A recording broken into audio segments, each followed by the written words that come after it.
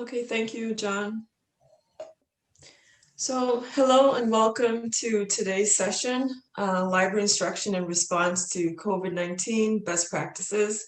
My name is Michelle Bishop and I am the first year experienced librarian. Thank you for attending today. So as a campus community, I know we've all been struggling with the real challenges of teaching and supporting students throughout the pandemic. Librarians and staff have also had to rethink how we continue to provide library services, including library instruction.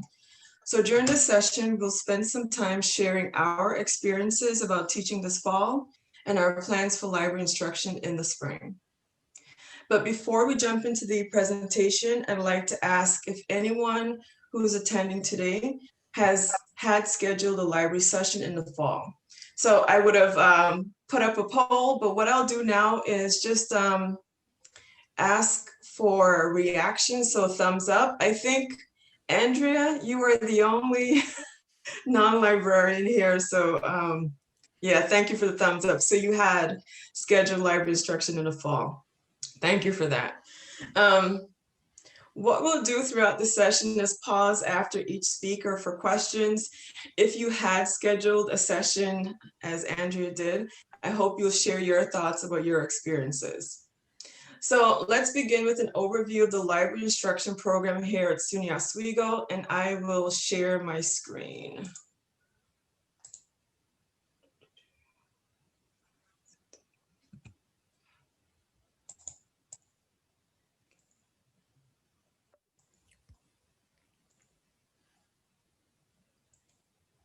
Please let me know if you see the presentation slides, just a thumbs up. Or yeah, thank you, Deb. All right, so Andrew was the only person who is present here who had scheduled a library instruction session. And let's talk about SUNY Oswego's library instruction program. So as you see, the mission of the program is to teach Oswego State learners information literacy for lifelong learning. Rather than focus solely on teaching skills, librarians develop instruction focused on teaching key information literacy concepts, specifically the 6 core concepts that are expressed in the framework for information literacy for higher education that was developed by the Association of College and Research Libraries. So librarians are guided by the 6 core concepts of the framework, and very briefly they are: authority is constructed and contextual, information creation as a process, information has value, research as inquiry, scholarship as conversation, and searching as strategic exploration. So here on the slide, this link will actually take you to more detail about the framework itself. I don't want to spend a lot of time really going into that, but those are the core concepts that we utilize in planning our instruction. So as I said, if you'd like to learn more about the framework, please use the link. It will take you to the full description. It will also provide guidance for faculty on how to make use of the framework. You obviously also can speak with any librarian assigned to you and your classes to talk more about the framework and how we think about the framework in terms of teaching and instruction. So librarians apply these core concepts and translate them to classroom and individual instruction focused on 3 general themes. So I have those laid out on the slide. So we're looking to teach students the basics about research concepts, and that includes the research process itself, helping them to understand what it is they can anticipate throughout the journey of doing research. Also developing a research question or statement. Many times, a lot of students struggle with this area of developing a research statement, and we spend a lot of time guiding them through that part of the process. Also, obviously, evaluating information and information sources. The second theme is locating information or finding sources. So specifically helping students to find primary sources, including materials that are found right here in the library's archives and special collections, obviously helping them to find scholarly and peer-reviewed sources, and also in some cases discussing with them popular sources and how to use them within the context of their assignments. The third theme is responsible use of information, and this includes the discussion about intellectual integrity and avoiding plagiarism, how to cite sources of information, and why to cite sources of information. So while librarians are uniquely qualified to provide instruction on all of these topics and more, our success depends largely on collaborations with course instructors. However, the challenges of the pandemic and reduced librarian staffing have had a measurable impact on library instruction and collaborations this fall. So I just wanted to provide you a brief overview of the instruction program as a whole. Next, Zachary will present the strategies that we use for delivering instruction in the fall in response to these challenges that I talked about. But before we move on, as I said, we'll pause and just check to see if there are any questions at all at this point. Feel free to unmute yourself, or is there anything in chat I may have missed? All right, so we'll move on to Zachary. Okay, so as Michelle had stated a bit earlier, there had to be some new approaches to how that we were going to deliver instruction for the fall semester. We knew that no matter what, things were going to look differently than it had in the past, and we had to identify the best way in which we could continue providing that instruction to students and assist faculty into the fall semester. And so we identified a couple of limitations. First, we knew that there were going to be fewer librarians and reduced face-to-face teaching. Just for a little bit of background information, with fall 2019, so the year before, there were 13 librarians that would be a part of delivering instruction.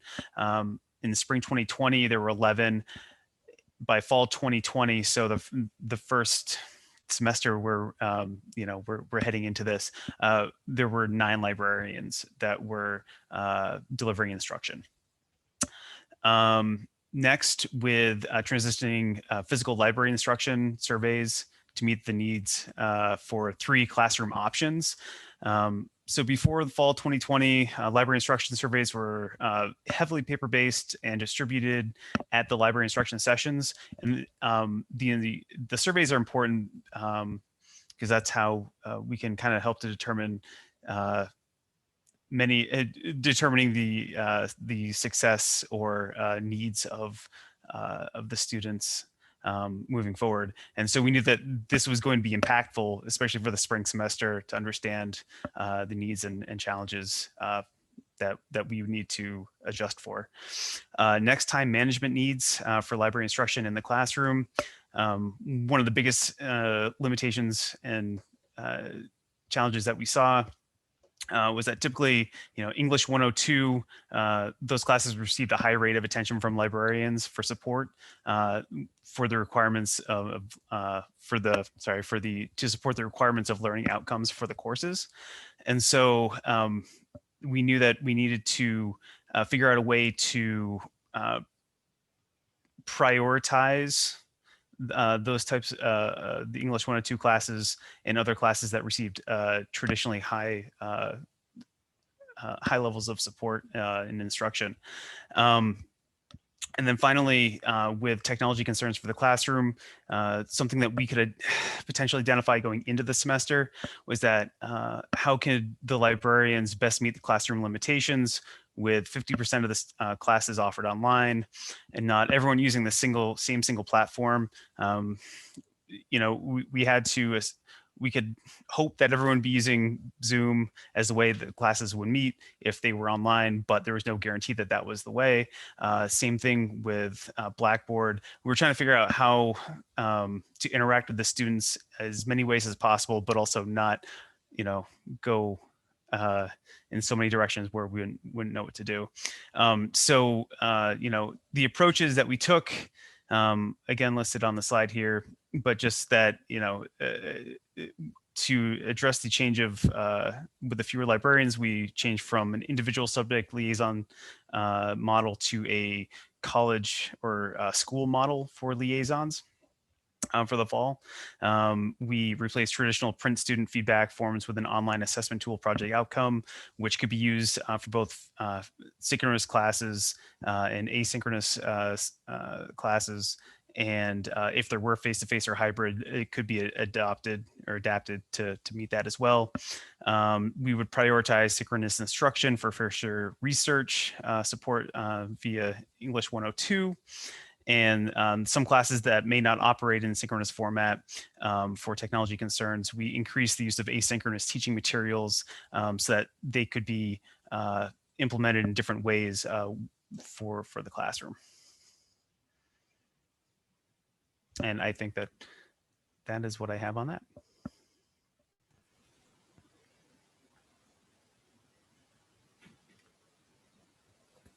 All right, I'm going to talk a little bit about challenges. Zach has kind of covered some of them already briefly. I know for many of us, we found that we had fewer students providing feedback, so we're using project outcomes instead of our traditional paper-based forms. And we've talked about different methods we could improve this, and whether it's a timing issue, and we'll try some different things this semester rather than maybe giving out those project outcome surveys after the classes. Maybe we give them out before, during.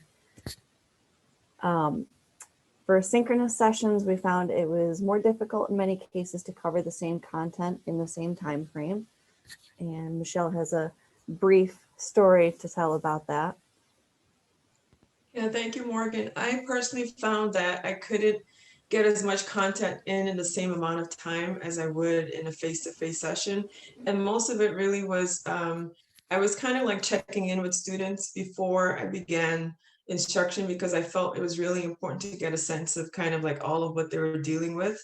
For the most part, I get a sense that thinking about the library and library services is not a priority for students right now. So just kind of like connecting them with them, asking them where they were, letting them know that some librarians like me were working remotely, just kind of trying to build a rapport with them. I found it took me more time to actually get to the content. Thank you, Michelle.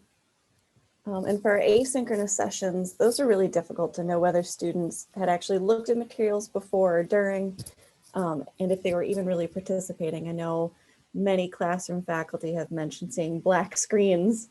It's really difficult rather than standing in front of a classroom full of students, having them raise their hands, having them, show each other how to do things, checking their computers if they get stuck. It was really hard just to have that same interaction between the librarians and students with the asynchronous sessions especially. We did also find that fewer sections of English 102 ended up receiving library instruction for whatever reasons. We also didn't get as much faculty feedback as normal, which would be really, really helpful going forward for the spring semester. Hopefully we won't be doing the same format in the fall, but if we are, it would be nice to know if we're doing things correctly, if it's helping students or not. We also unfortunately found that adjuncts may not have received key library communications. So we would definitely like to explore ways to include them. And I think Deb is going to take it away on some of our successes. Yeah, so we in addition to talking about some of our challenges and our overall what we have going on, we do also want to talk about some successes.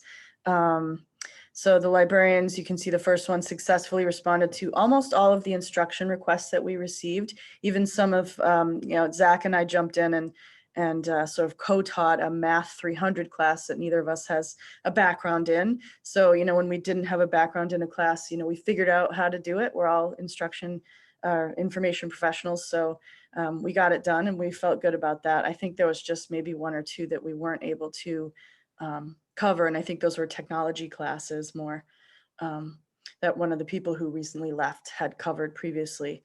We were also able to meet the need for remote instruction. So that was through a combination of synchronous and asynchronous, as has already been mentioned. We used existing materials, and we also spent some time developing new materials, like video tutorials and library guides. I know Kate made a bunch of videos for her biology classes. So we really worked hard to come up with different ways to approach approached the challenge. And I think we did pretty well with that. And overall, there was a stronger collaboration with instructors, which is really key to successful classes overall. So we found that generally students will engage with library instruction, as well as with our other services like the research help desk and workshops, which are stuff like the research parties, which hopefully you've heard about. If the classroom faculty member requires or encourages them to do so. So we had some students who come up to the desk and, their professors are telling them outright to like, go talk to the people at the research help desk, go to the research parties. We're going to be having more workshops and other types of services available in the spring, or sorry, what semester are we in? In the fall to spring, sorry. It's been a whirlwind.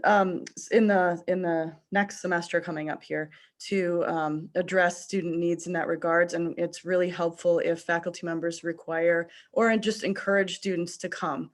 If you don't do that, they are less likely to come.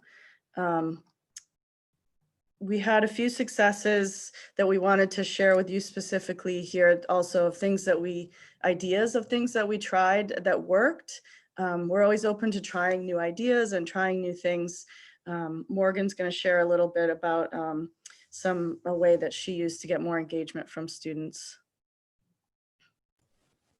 Yeah, so I didn't actually do this. It was one of the classroom faculty I worked with, and I thought it was a really great idea. So this particular faculty member asked his students to watch the asynchronous video recording I had done for the class during their class time, and then I joined later for a live Q&A session.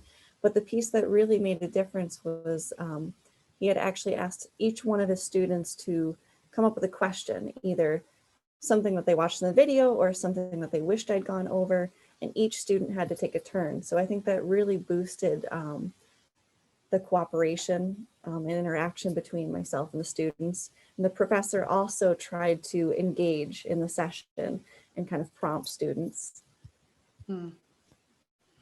I also had success with I created a pre-instruction survey for English 102 students. And I worked with the faculty member on that, and he actually required that they complete it before they came to the class. He sent them the link. And for the 2 sections, I had 33 responses, which was really nice to actually get that feedback. And the students seemed more engaged when they had taken that survey. And it was just asking them really how comfortable they are doing college level research.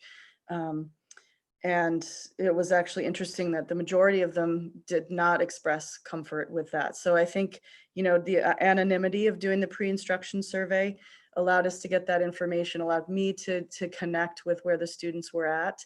And then, it's always interesting when you take a survey, you want to hear the results. So I was able to kind of start the class that way as well, and just start talking about, the fact they had all this was a shared experience that we could talk about to kind of break the ice. And to set their minds at ease that even if they weren't comfortable with research, that they weren't necessarily supposed to be, that's what the purpose of the session, that's what they were doing there with me. So that worked out really well. And I was happy with that. I'm planning on continuing that for my in the next semester. And then Michelle, you want to talk about your other tools you have? Yeah, nothing spectacular, just Google Docs, but I found it very helpful to use that as I was doing, demonstrating some things and discussing some things. And I found it really helpful with the whole idea of helping students to kind of have a general topic, get them to actually record it in a Google document. And the Google Doc was also helpful in whatever they searched and found during the session. I had them save the links to the Google Doc. And the idea was that they all would be entering information. And I also explained to them that I could go back after the session to give them feedback on whether or not the websites that they found were in fact quality websites. I could also give them feedback about citations as well. So I use this in the English 102 classes, and I was able to go back and give feedback about the quality of the website, as I said, and also for those students who got to the point where they could actually, just kind of try to create a citation for a website, I was able to follow up and give them that feedback. And I find, especially with just like saying to them, yes, you're on the right track when it comes to, your citations. It's a minor thing, but I think especially for English 102 students, it just gives them a little bit of comfort in terms of feeling confident about what they're doing. So I also work with Stephanie Pritchard, and she wanted to access the document as well after the session, so she could see the topics they had initially selected, and then maybe eventually what they decided on finally. Nice. Yeah, so you can see, we're constantly open to new ways of doing things. So we'll talk about it a little bit more later about, best practices, one of which is working directly with the librarians and the faculty working together, or the instructors, I should say.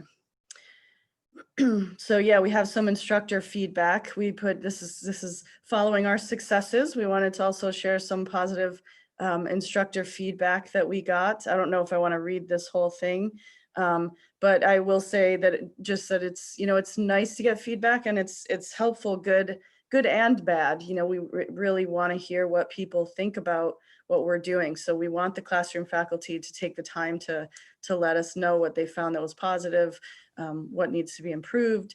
And, it's always nice to get a kudos too. So, we use these for our tenure folders, and, it helps us to make better classes for all of you. So as you can see, this one, I appreciated getting this at the end of the semester, and Zach got a nice one, and Catherine, and yeah, these are really nice to get and helpful to us. Yeah, and I think one of the things that we tried to highlight as well is that, they weren't coming from just one area. We were, we wanted to show that it was encompassing all of campus, from the different colleges and schools. And so, we provide instruction, especially during this time, the best way that we could. And this instructor feedback really helps us to be able to adapt and to figure out how to either improve upon, make changes, or determine if something did work, in our sessions. I know that with the Google Doc, one of the things that I worked on was with an upper level history class. The students, they had ideas of topics that they were going to write on. And so I had asked the faculty member ahead of time if she could share some of the topics that students were considering. And I started to make a Google Doc. And by the time that the session came around, the students started to see some sort of sources or areas that they could all work in to find, primary source materials and then eventually secondary source materials. One of the things that could be done for the spring semester, especially based on instructor feedback, was that the students really appreciated that as something that they could interact with, and that I may suggest in the future that the instructor could create a Google Doc and have the students put those things in maybe before the class starts. I could, if I'm doing in a library instruction session, I could review that ahead of time. So then kind of really shape maybe some examples to fit their topics or interests that they have. And that might be another way, building off of feedback from the fall for the upcoming spring semester.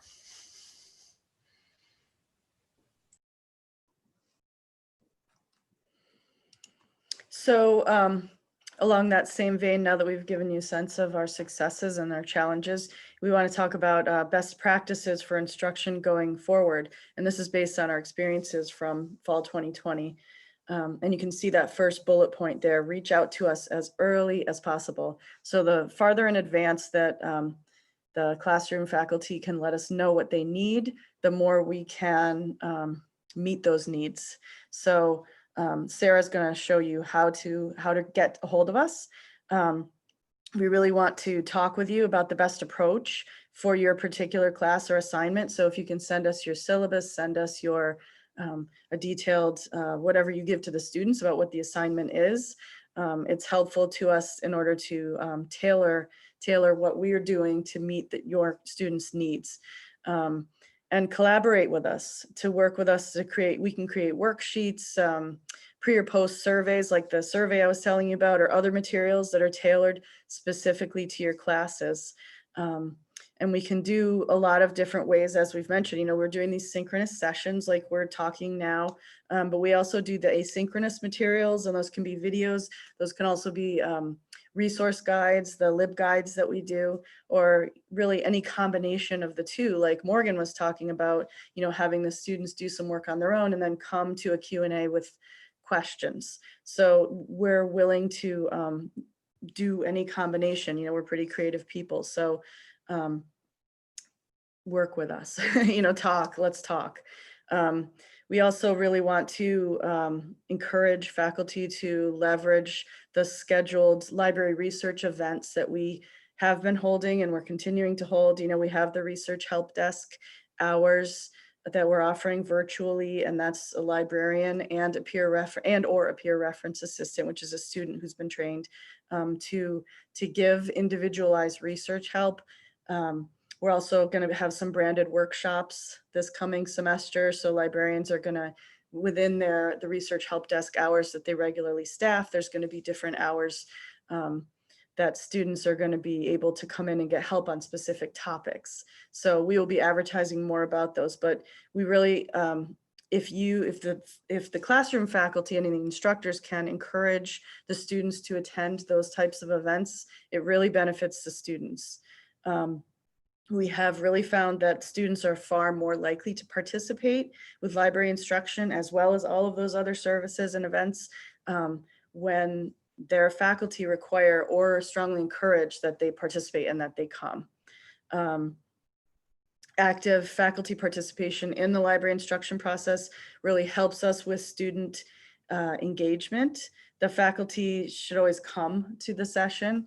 That isn't usually a problem, but occasionally, you know, we really want the students to see that it's a collegial, scholarly community that we have here, and that the faculty and the library faculty are getting together to share what's helpful for the students in terms of research.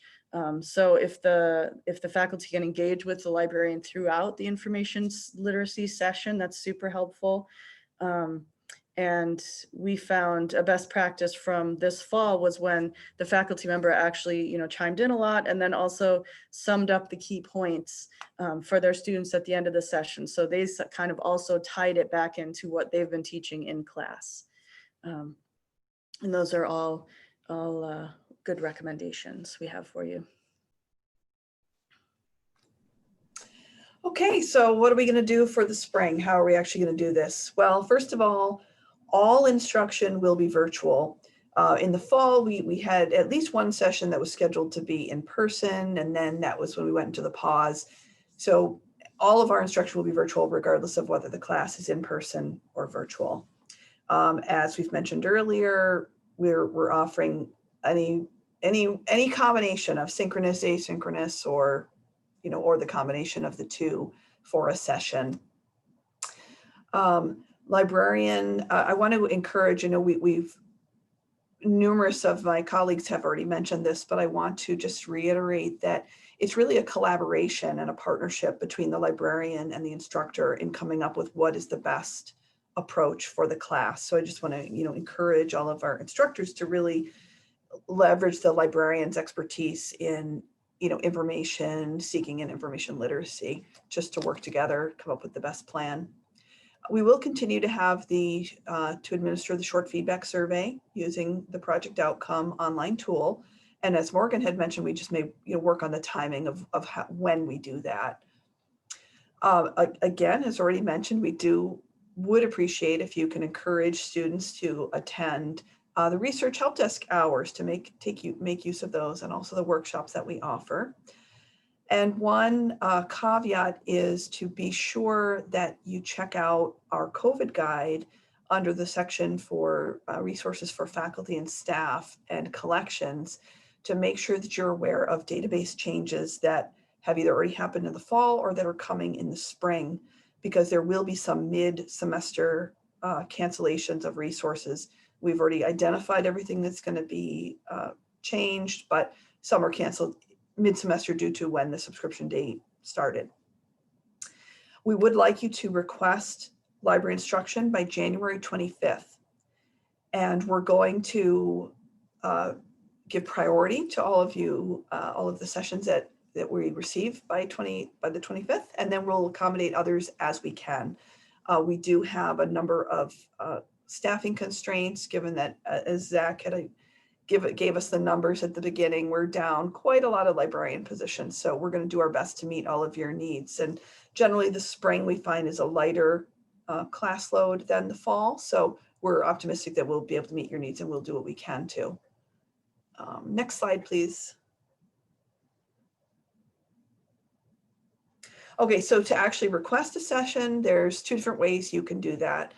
We do have an online form that you can use that is linked here, or you can contact your liaison librarian team by school. And so the links to both of the email addresses are there.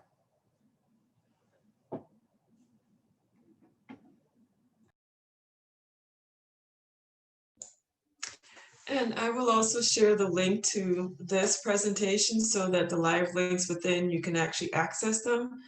So while I do that, are there any questions? I know there really aren't.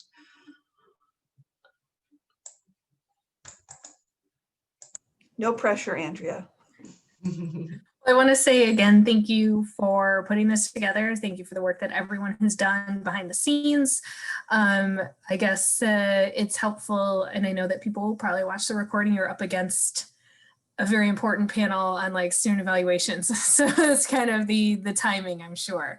I guess the one thing that is helpful is if and when communication goes out about the library instruction form. I find it pretty easy to fill out, but it's not hidden, but it might be something that's not on people's radar. But now's the time where we're all working on our syllabi.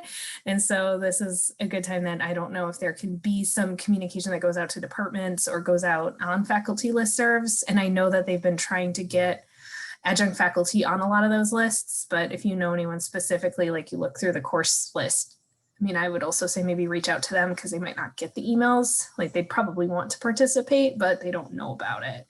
But I don't really have any questions because, yeah. So that's, I guess, it's not really a question. It's more of like a, when might I see some communication I could forward to my department? That would be about it. Or if if that sort of information can be conveyed, it might be helpful for other faculty like me who are now starting the task of looking at our syllabi for the spring and trying to plan around wellness dates and everything else. Yeah, the call for instruction, I was supposed to have it ready to go out today, and it won't. It's going to go out tomorrow morning. So that'll be going out shortly. And I think I also resolved the adjunct communication issue when I explored this with, it ended up talking to payroll, that there's a timing issue with when people, like when they're renewed. So I think we will be able to reach them this semester. Wasn't even aware of that issue previously. So thank you, but thank you for watching for the message. And we'll include the link to both the form and also the liaison librarian teams, so people have can have their choice of which way they're more comfortable, reaching out to us.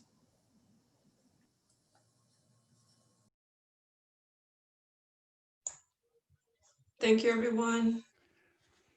Thank you. Thank you, John. Thank you. Thank you. Be well, everyone. Thanks for coming.